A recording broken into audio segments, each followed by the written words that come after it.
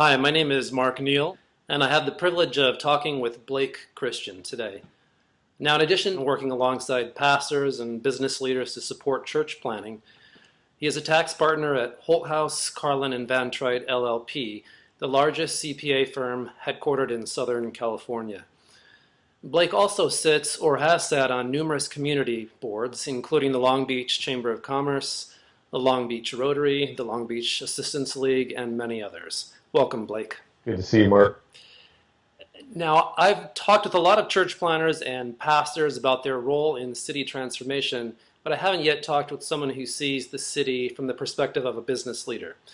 So first of all, I'm wondering if you could talk a bit about the role business leaders play in any city and the potential they have for connecting with a wide range of people and influencers. Right. Well, actually, I think city business leaders actually are viewed as people that can make changes a little easier than people in city government and even sometimes the pastoral community because we don't have the same constraints that they have, and Right. our network and some of our financial resources are a little better than some of those other groups. So Right. we hold a unique place, I think, in the cities. Okay. So being in that unique position, how can business leaders influence change and bring transformation to a city? And why is that important? And can you give an example or story from your own experience? Yeah, one of the constant complaints within the business community is that the residents, and especially the young people coming out of high school and college, aren't properly tooled for the jobs that are here in Long Beach, and that we have to go outside the community.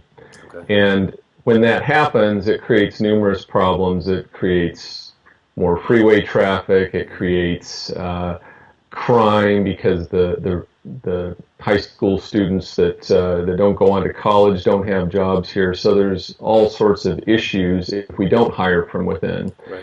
And so what we've done through Rotary and some other groups is beefed up our mentoring programs in order to improve the relationship between the schools and the business community.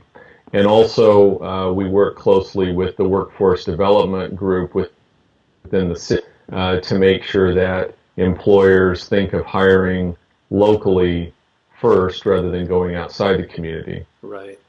So what advice could you give to other business leaders about the ways in which they can participate in city transformation in their own cities? Well, consistent with Amy Sherman's Kingdom Calling approach and kind of the halftime approach of using your vocation to its fullest. We have the business leaders obviously have job resources and skills that the pastoral community as well as the community desperately need. Right. So if, like myself as a CPA, and that's one of the things that we're going to do is put together kind of financial people and offer those, free of charge, of course, assist the churches in their budgeting process, assist them with some of their internal controls, and also develop some co-op type buying power so that if it's things as simple as insurance coverage or supplies, if you can buy in mass, bring as many of the churches together and have a common buying power, that can reduce their cost of operations.